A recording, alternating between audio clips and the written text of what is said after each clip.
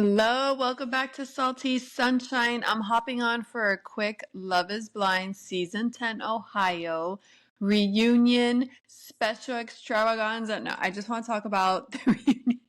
I just saw it. No, Nick and Vanessa don't disappoint. They are the best worst hosts. They just, it's not their thing. This seems like a variety show. They just try to have all these segments. It's very underwhelming, but what can you do? It's been this way since the beginning. It hasn't gotten any better. They continue to bring people from past seasons, which we don't care about. I mean, sure, you might want it, but there's only so much time and we want more juice from the current season. I did find it interesting to see in the audience Joey and Sarah. Joey with the long hair. They're both from season 8 Minneapolis. And I don't know if you guys remember Joey with the long hair. He was a hippy dippy. I forgot what her name was with an M, Monica or Maria.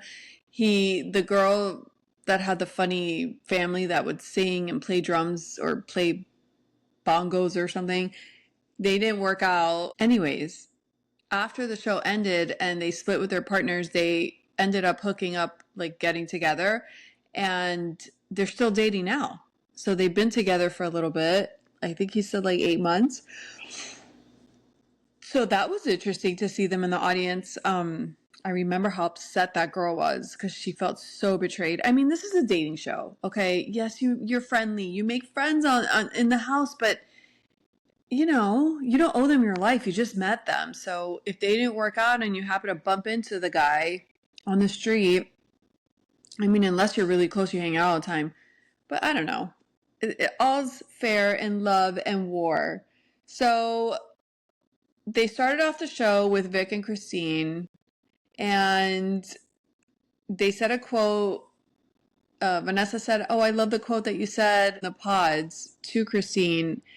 And this is Vic's quote: "Even though I can't see you, I see you."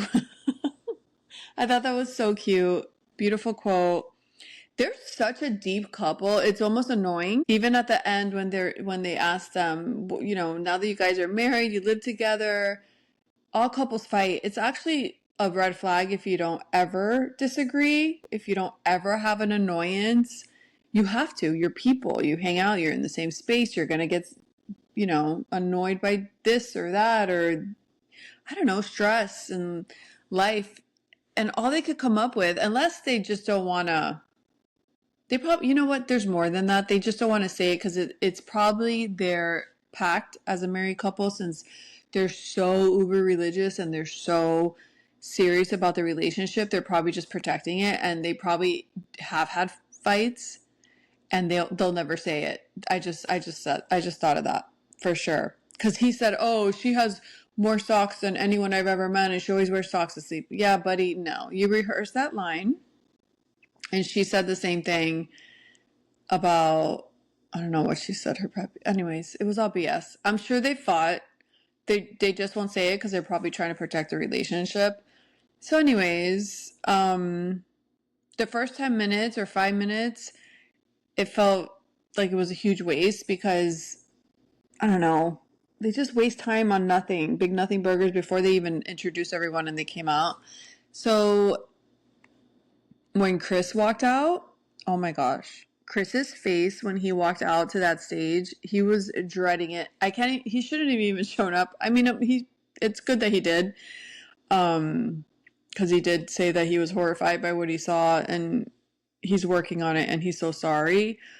I wonder, I mean, sure, if you act a certain way and then you see it later on TV, you could be mortified, but I feel that he wasn't drunk when he was saying any of these things, and it wasn't a heated fight that maybe he said something he didn't mean. He consistently said things once he turned the corner, because he was perfectly fine before that talk he had with Jessica on the couch, telling her he needs her to do Pilates. Before that, he was perfectly fine. There was nothing that we saw. So the drastic turn he took, every time he said something terrible or acted bad, he wasn't drunk or anything. So I don't know. He's acting like he's mortified and he's working on it. I mean, I do think it's probably just immaturity and he thought he was cool and now he sees it, and especially he sees all the people's comments coming after him. That's the one thing I don't like about social media. I don't like this mob mentality. Even on the show when Jordan and Amber brought Chris into it. Chris is probably thinking, my gosh, why do you have to bring me into this? Like, that's not my problem. She's like, I hate Chris. You're not a loser like Chris, but I still hate you, Chris. I don't like that kind of behavior. Yes, he acted poorly, but you turning around and acting just as poorly towards him, I don't think it's the right thing to do. We can tell him how gross his behavior was without calling him a loser, without saying, I hate you. Oh my gosh. Speaking of Jordan and Amber, that was painful. That was a very painful situation to watch. Now, God bless them both. There's no team Jordan or Amber. We love them both. We love them as a couple. I like them individually. I think Jordan is a ham. I've said it from day one. I think he's a sweet guy. I just think he's a nice, lovable bear of a guy. And obviously Amber has issues. I mean, there's no denying. And if you're trying to bash Jordan and for Amber, you're wrong.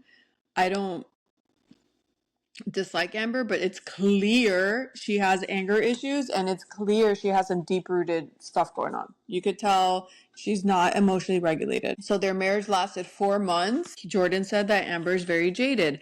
She even said it herself on the show.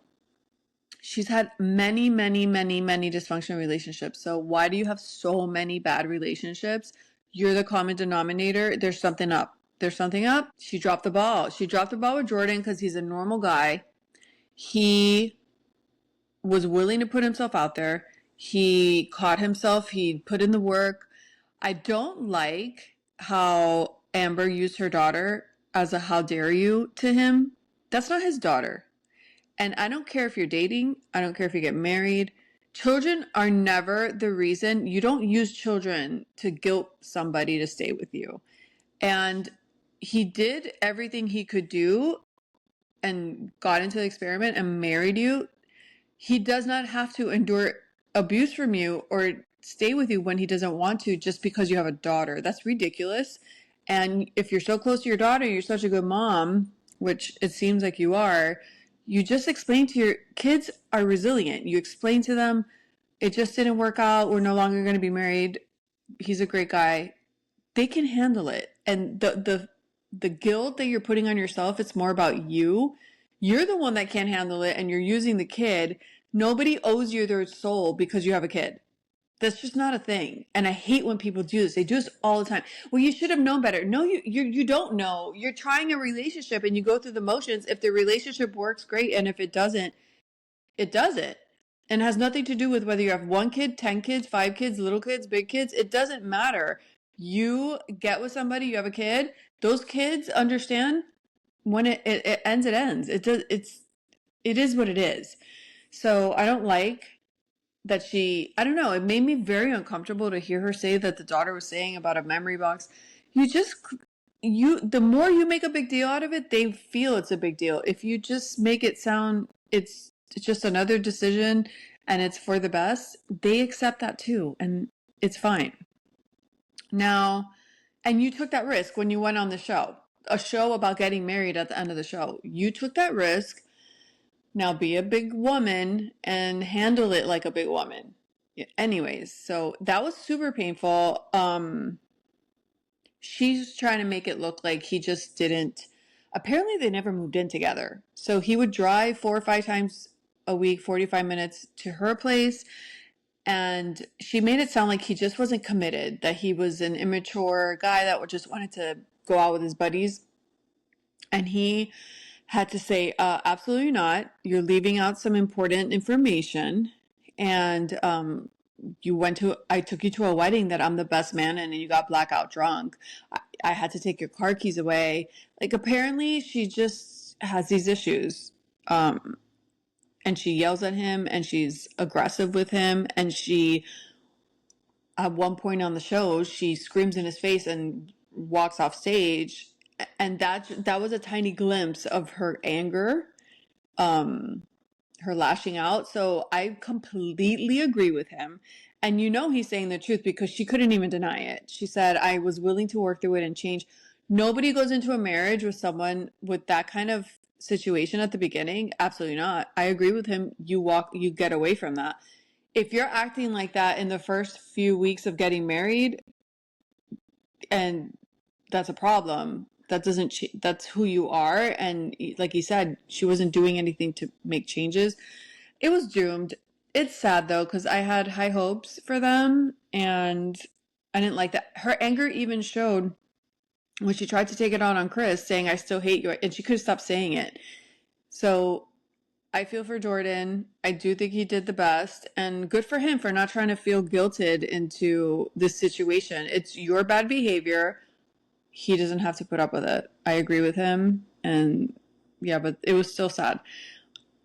Then they do Bree and Connor. So the rumors were true. Both rumors I said on last week's episode were true, that Jordan and Amber only lasted a few months, and Bree and Connor ended up back together, which is a happy ending. It's like a reverse situation. They didn't marry there, but they're still together now, and they'll probably get married.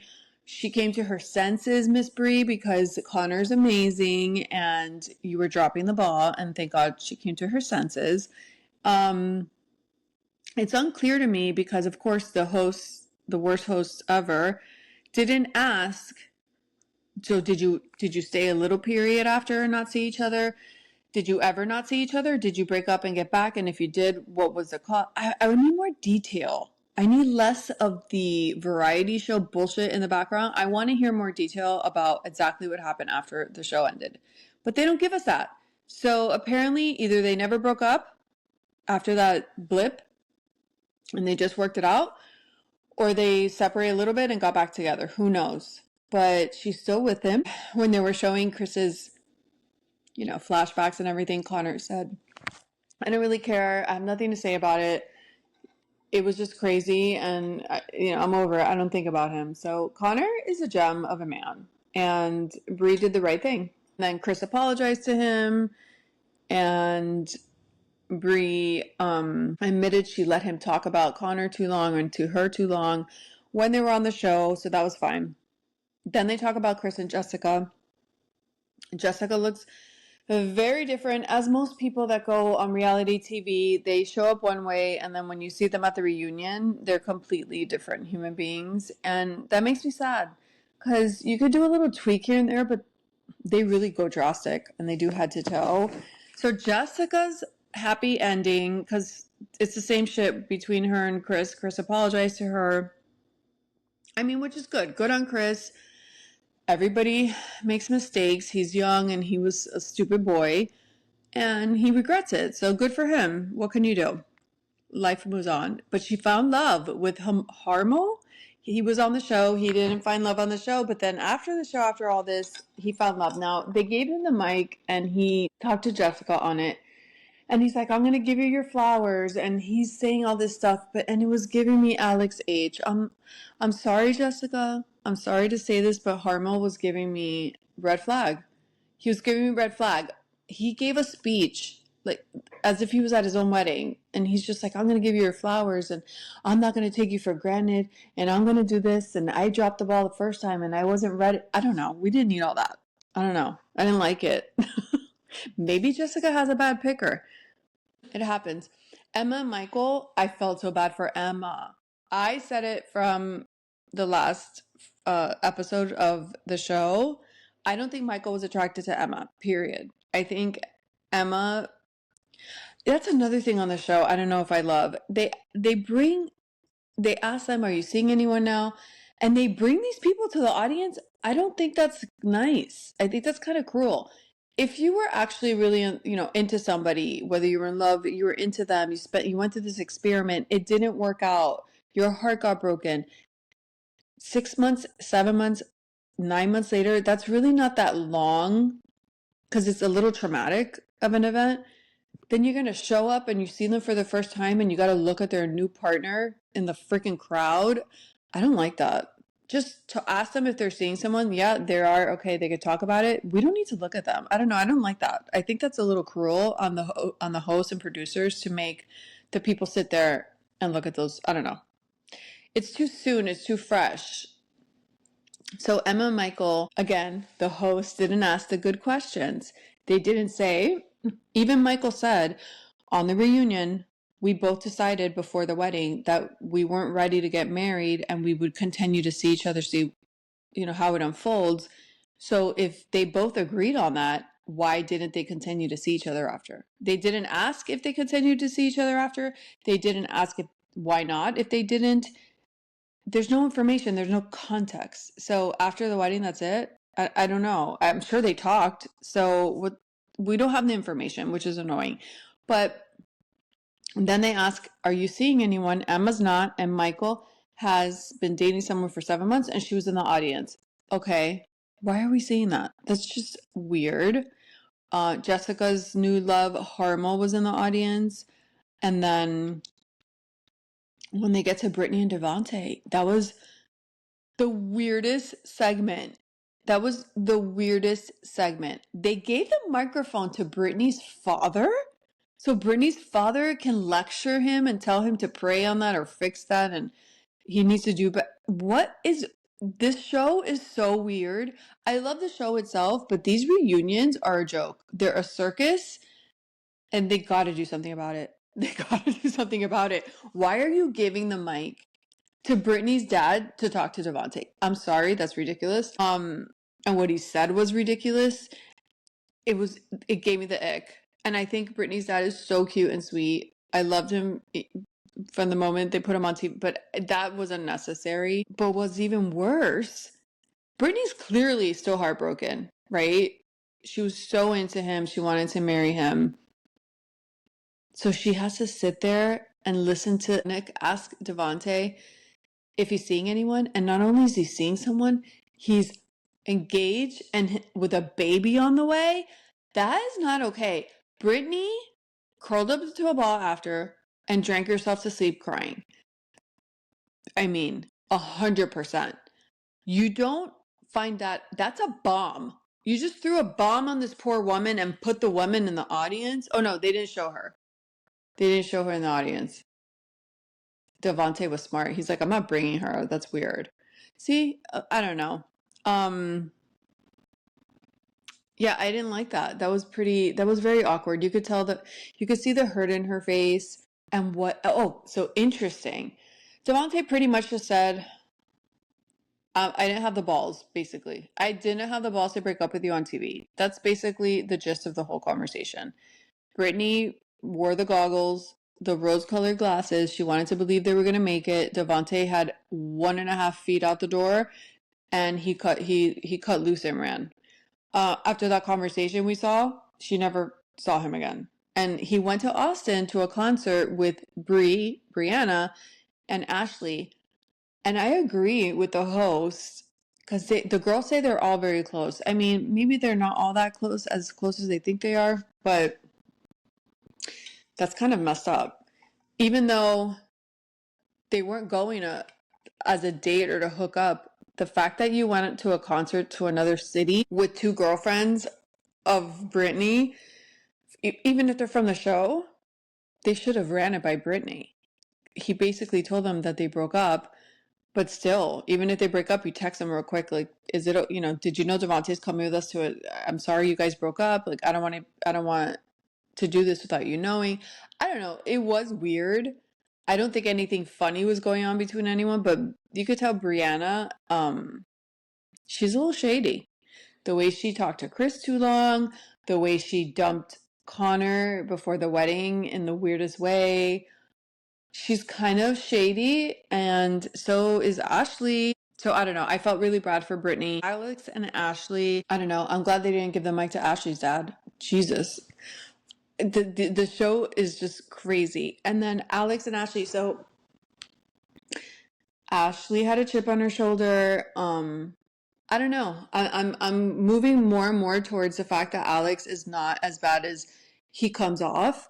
And even Vanessa Lachey said, you have a guard up and the guard talks too much, type of thing. Like, you have too much to say and it sounds rehearsed. And I think it's a guard you have up. And if you kind of make yourself more vulnerable, people will see more you and not be so annoyed and think you're lying. And I agree. I don't think he's as bad as we all think I think he does himself a disservice, but I think deep down he's not. I don't think he's a con artist, loser, liar that he comes off as. So justice for Alex, but not justice because he chooses to react the way he does, which makes him look that way. So I do think Ashley, obviously he wasn't that attracted to her. Obviously her father kind of ruined it too because her father treated him terribly. He had no right. And then Ashley's digging into his past, trying to make him look like a liar didn't help. You know, if you fell for him and you're trying to make it work and possibly get married, you probably shouldn't make them sound like a liar. If they're telling you something, you don't have a reason to think they're lying. So, I mean, it's both of their faults. The way Alex talks makes you think he's a liar, but also, why are you trying to catch him in a lie? So yeah, I don't know. It was fine. It was fine. It was a little juicier than usual, I think. And then of course the audience with the ex-members and the baloney, that was a big waste of time for me. But that's it. Season 10. I think the next city for Love is Blind is Austin, so that's going to be interesting. And I can't wait. And then Nick Viall and his wife's new show on Netflix just dropped, and it's called The Age of Attraction. I don't think I'll be watching it. I already knew it from the preview. I think the premise of the show is silly. And the fact that you're not supposed to know their age, but you're literally going on dates with them, looking at them smack dab in the face, you know how old they are. So I don't think that's a show for me because it's silly. I would love to watch it if it looked interesting, but it doesn't. So everyone let me know how good or bad it is. I'm sure I'll find out when I scroll online. But that's the next show for the dating scene. And that's it. Season 10 is a wrap. Love is blind. I do believe it. Everyone is always saying love is not blind. That's not the point of the show. It's easy to look at someone, think they're attractive, go on a date, and then it fizzles, right? Because whatever. People are emotionally not able to get there. The point of the show is that, so if you meet someone and you're attracted to them, that's the easy part, right? But it doesn't last a lot of the time. The point of the show is that you get on a deeper emotional level and then you already have that. So if the physical also works out, now you have the entire package instead of half a package. That's the point of the show. It doesn't mean that looks don't matter or attraction, because it's not looks, it's chemistry and whatever. So it's about that. So everybody stop it with the nonsense. Love is not completely blind, but the emotional part is, and that's what we need to work on more as a society. So, all right, until next time, bye.